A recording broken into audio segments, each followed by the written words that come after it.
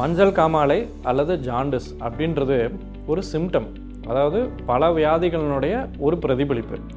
So இப்போ நீங்கள் தலைவலி வருது அப்படின்னா சில சமயம் அது சாதாரண தலைவலியாக இருக்கலாம். பட் சில சமயம் ரொம்ப நேரம் தலைவலி இருக்குது அப்படின்னா ஸ்ட்ரோக்கோ, ரத்த குழாயினுடைய அடைப்போ இல்லது கட்டியோ, இந்த மாதிரி நிறைய பிரச்சனைகள்னால தலைவலி வரலாம் இல்லையா?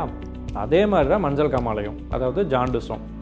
இப்போ ஜாண்டிஸ்னால் நாங்கள் என்ன மீன் பண்ணுறோம் அப்படின்னா நிறைய பேருக்கு மஞ்சளாக கண் இருக்கும், யூரின் மஞ்சளாக போகும். இதுதான் ஜாண்டிஸ்ன்னு சொல்லுவாங்க.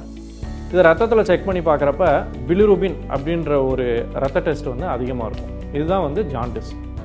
பட் இந்த ஜாண்டிஸ்க்கு பல காரணங்கள் இருக்குது. இப்போ தலைவலி மாதிரியே ஜாண்டிஸ்க்கு இந்த கல் சொல்லுவாங்க, பித்தப்பையினுடைய கல், அது ஸ்லிப் ஆகி பித்த குழாயினுடைய அடைப்பு ஏற்படுதுன்னா ஜாண்டிஸ் வரலாம். இல்லை லிவர் ஃபெயிலியர், லிவர் செயலிழந்து போகிறது, இதனால் ஜாண்டிஸ் வரலாம்.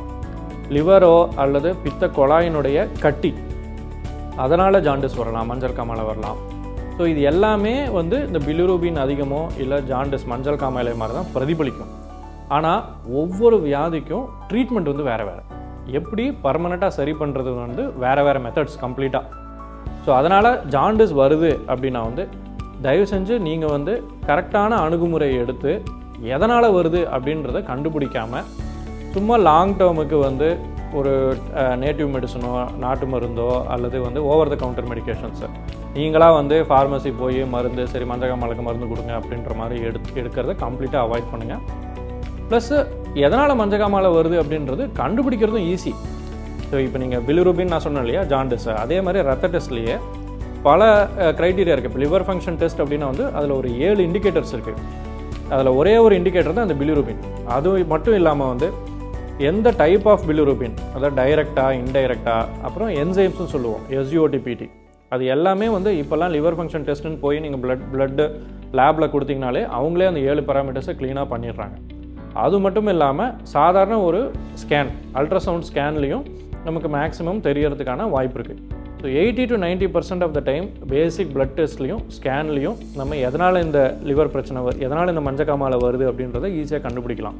அதையும் மீறி நமக்கு கண்டுபிடிக்க முடியாதப்போ தான் நாங்கள் மேற்கொண்டு சில டெஸ்ட்டுகள் கொஞ்சம் ஹையர் அட்வான்ஸ்டு பிளட் டெஸ்ட்டோ இல்லை MRI ஸ்கேனோ CT ஸ்கேனோ இதை நாங்கள் பண்ணுவோம்.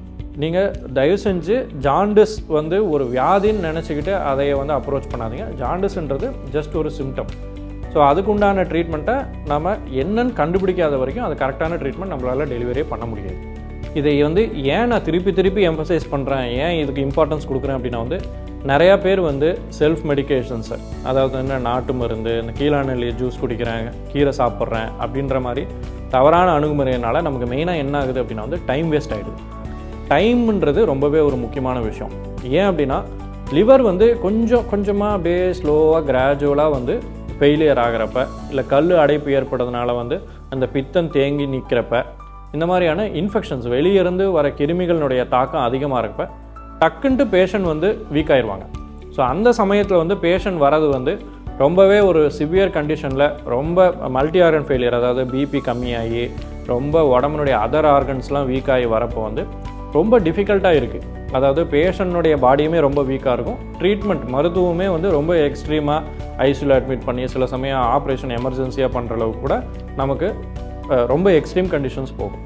ஸோ அதனால தான் நான் திருப்பி சொல்கிறது. ஸோ இந்த ஜாண்டிஸ் வருது அப்படின்னா என்ன காரணம்னு கண்டுபிடிச்சோம்னா இந்த கல்லுக்கு எண்டோஸ்கோப்பி பண்ணி எடுக்கிறதோ, இல்லை கட்டி அப்படின்னா அதை ஆப்ரேஷன் பண்ணி கட் பண்ணி எடுக்கிறதோ, லிவர் ஃபெயிலியர் அப்படின்னா 90% ஆஃப் த டைம் அது எந்த அளவு சிவியராக இருக்காங்கன்னு பார்த்துட்டு அந்த லிவரை ஸ்டெபிலைஸ் பண்ணுறதுக்கான சரியான மெடிக்கேஷன்ஸ் இருக்குது.